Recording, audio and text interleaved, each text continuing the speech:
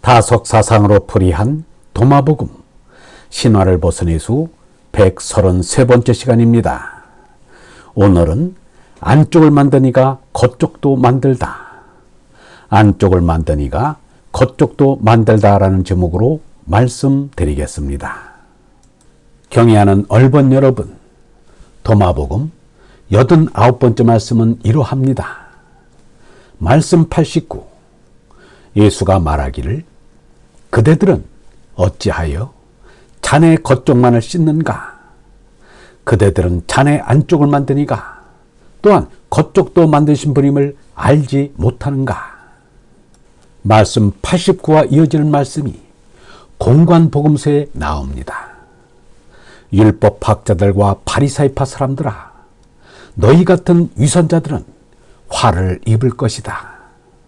너희는 잔과 접시의 겉만 깨끗이 닦아놓지만 그 속에는 착취와 탐욕이 가득 차 있다. 이 눈먼 바리사이파 사람들아, 먼저 잔 속을 깨끗이 닦아라. 그래야 겉도 깨끗해질 것이다. 예수는 진리의 정신은 죽고 형식만 남은 위선적인 태도를 가장 싫어했습니다. 그것은 하느님을 속이고 사람을 속이는 일이기 때문입니다.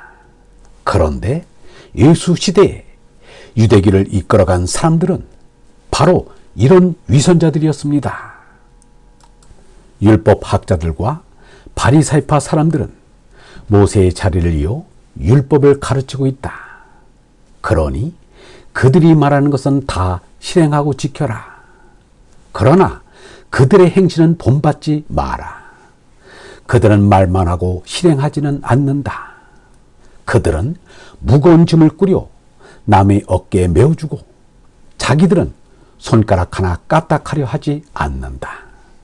그들이 하는 일은 모두 남에게 보이기 위한 것이다.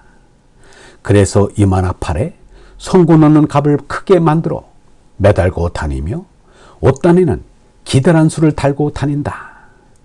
그리고 잔치에 가면 맨 윗자리에 앉으려 하고 회당에서는 제일 높은 자리를 찾으며 길에 나서면 인사받기를 좋아하고 사람들이 스승이라 불러주기를 바란다.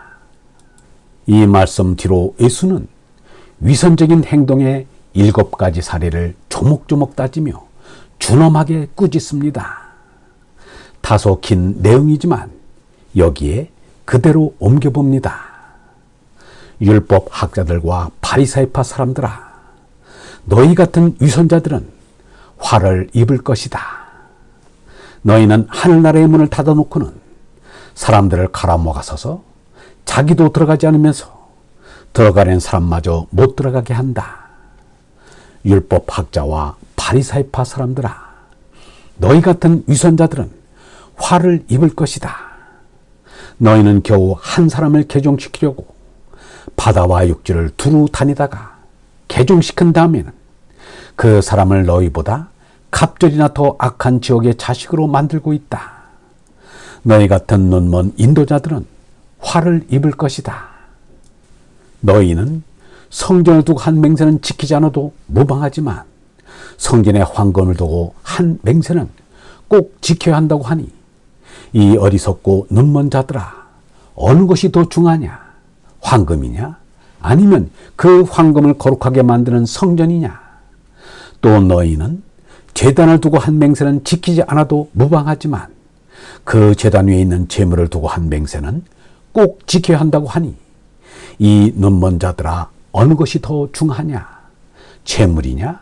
아니면 그 제물을 거룩하게 만드는 제단이냐? 사실 제단을 두고 한 맹세는 제단과 그 위에 있는 모든 것을 두고 한 맹세이며 또 하늘을 두고 한 맹세는 하나님의 옥자와 그 위에 앉으신 분을 두고 한 맹세이다.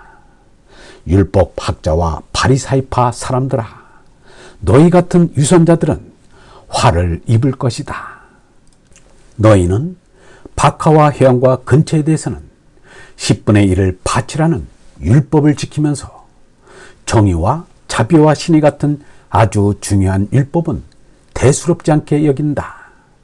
10분의 1세를 바치는 일도 소홀히 해서는 안 되겠지만 정의와 자비와 신의도 실천해야 하지 않겠느냐. 이 눈먼 인도자들아, 하루살이는 걸러내면서 낙타는 그대로 삼키는 것이 바로 너희들이다. 율법 학자와 바리새파 사람들아, 너희 같은 위선자들은 화를 입을 것이다. 너희는 잔과 접시의 겉만은 깨끗이 닦아놓지만 그 속에는 착취와 탐욕이 가득 차 있다. 이 눈먼 바리새파 사람들아, 먼저 잔속을 깨끗이 닦아라. 그래야 겉도 깨끗해질 것이다. 율법 학자들과 바리새파 사람들아, 너희 같은 위선자들은 화를 입을 것이다. 너희는 겉은 그럴싸해 보이지만 그 속에는 죽은 사람의 뼈와 썩은 것이 가득 차 있는 회칠한 무덤 같다. 이와 같이 너희도 겉으로는 옳은 사람처럼 보이지만 속은 위선과 불법으로 가득 차 있다. 율법 학자들과 바리새파 사람들아, 너희 같은 위선자들은 화를 입을 것이다. 너희는 예언자들의 무덤을 단장하고 성자들의 기념비를 장식해 놓고는 우리가 조상들 시대에 살았더라면 조상들이 예언자들을 죽이는데 가담하지 않았을 것이다 라고 떠들어댄다. 이것은 너희가 예언자를 죽인 사람들의 후손이라는 것을 스스로 실토하는 것이다. 그러니 너희 조상들이 시작한 일을 마저 하여라. 이 뱀 같은 자들아, 독사의 족속들아, 너희가 지옥의 형벌을 어떻게 피하랴. 예수의 말인지 복음서 기자의 말인지는 알 수 없으나 서슴없이 뱀 같은 자들아, 독사의 자식들아 라고 표현하고 있습니다. 마음속에 탐진치의 삼독을 가득 담고 있는 것도 모자라 짐승들은 저질 줄 모르는 위선까지 보이니 예수로서는 가히 노여웠을 것입니다. 예수는 이미 마음속에 깃든 더러운 짐승 성질을 지적한 일이 있습니다. 마음에서 나오는 살인, 간음, 음란, 도둑질, 거짓 증언, 모독과 같은 여러 가지 악한 생각들입니다. 이 짐승 성질인 수성을 깨끗이 버리지 않고는 하느님 아들인 영성이 들어오지 않습니다. 마음속에는 수성이 독사처럼 따리를 틀고 있는데 아무렇지도 않게 하느님 앞에 나아가 예배를 드리는 사람들이 너무도 많습니다.